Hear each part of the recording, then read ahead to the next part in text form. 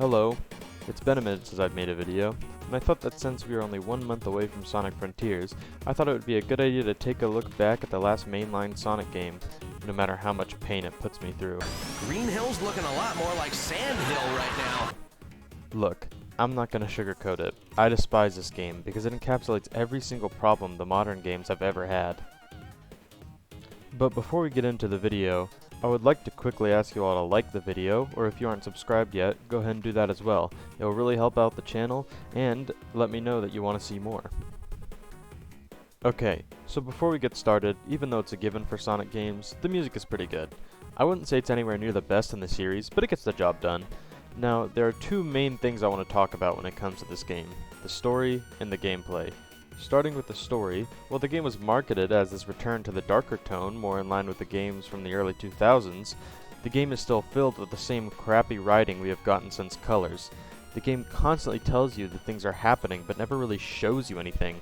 The entire game is just about Eggman taking over the world, but we never see him do it. We just see him beat Sonic, and then the game just tells you that Eggman took over the world. We don't see any of this happen. Go! Running out of time here, Tails! Go! Sonic!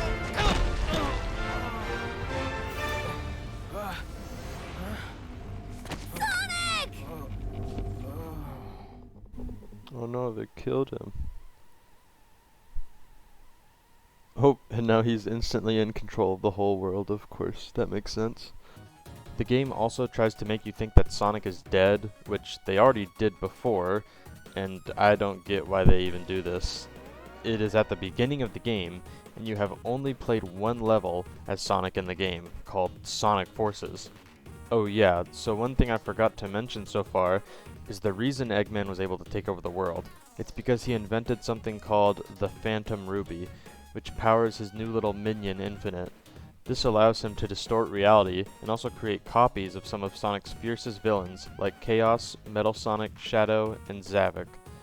Yeah, alright, you keep trying, Sega. And this whole concept would be much more interesting if these were the actual characters instead of just copies. It would add a sense of mystery on why these characters are helping Eggman, especially since most of them betrayed him, or in Shadow's case, are now friends with Sonic. And in all reality, if we got a cool boss fight against these characters, I wouldn't care as much, but we don't even get that.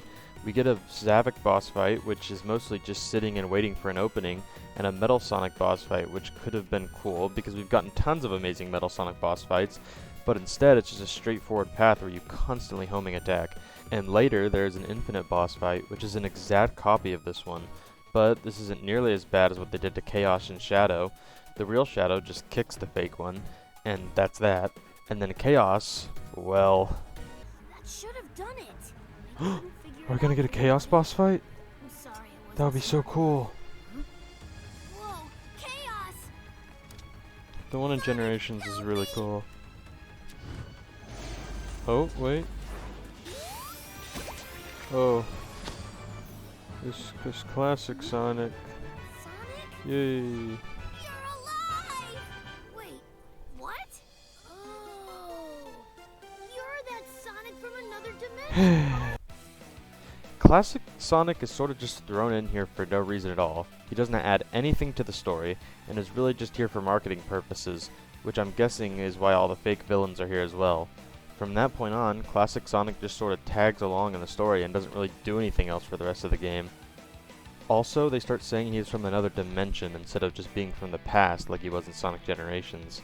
Even though they reference the fact that Generations did happen, so choose one, those two things aren't interchangeable.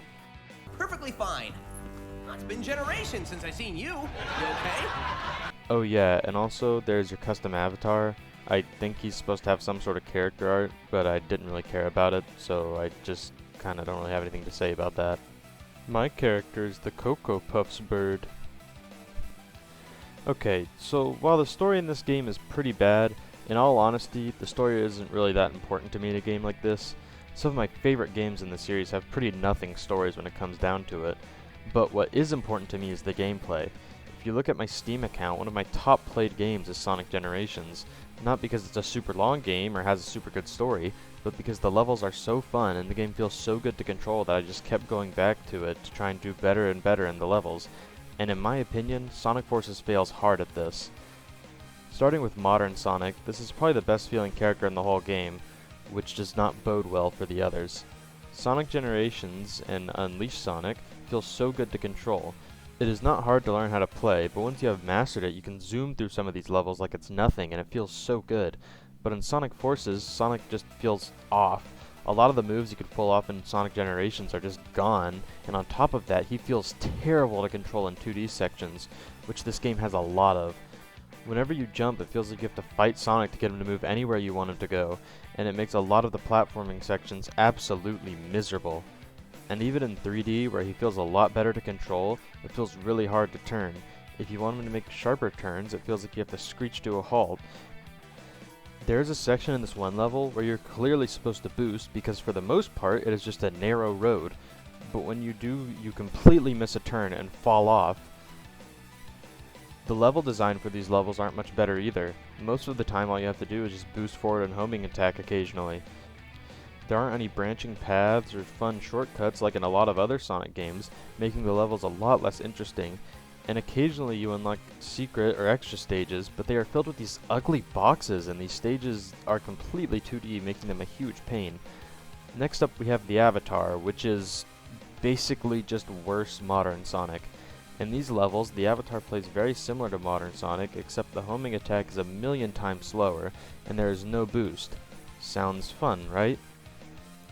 But to make up for this, you get to use the Wispins, which all have different abilities based on the one you choose. First of all, Wispins aren't really that fun, and there's really only one good one, which is the Electric Whip, that lets you do a light speed dash. And second of all, why are the Wisps even here? It is never explained why they are in the game. They really have nothing to do with anything that is going on. There are also levels where you play as both the Avatar and Sonic at the same time, which basically just means that you're playing as modern Sonic with the Wispin. How exciting. And also, you can do the special double boost.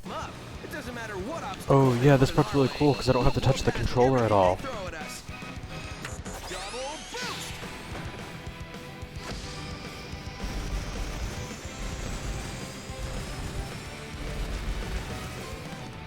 Yeah, that's how it's done. We've got unstoppable speed and timing. We just have to keep this up. Bingo, found a way in. Finally, we have Classic Sonic, and words can't even describe how terrible it is. All of the physics are completely whack, momentum barely carries you forward if you go against any sort of incline, and I realized that Classic Sonic and Generations wasn't the greatest, but trust me, it was so much better compared to whatever this is. And it especially doesn't help that he shouldn't even be here. We literally got Sonic Mania like 3 months before this game came out. There is no reason we needed more Classic Sonic, or in this game's case, bad Classic Sonic. There's even an auto-scrolling level in a Sonic game, you know, where you're supposed to go fast. And one of the things that carries through all of these characters' levels is how bland the levels look. Most of these locations are reused, like Green Hill for the billionth time, but on top of that, a lot of these levels use stage layouts and locations from the other levels in the game, causing a lot of these levels just to blend together, especially since the level design isn't memorable in any way either.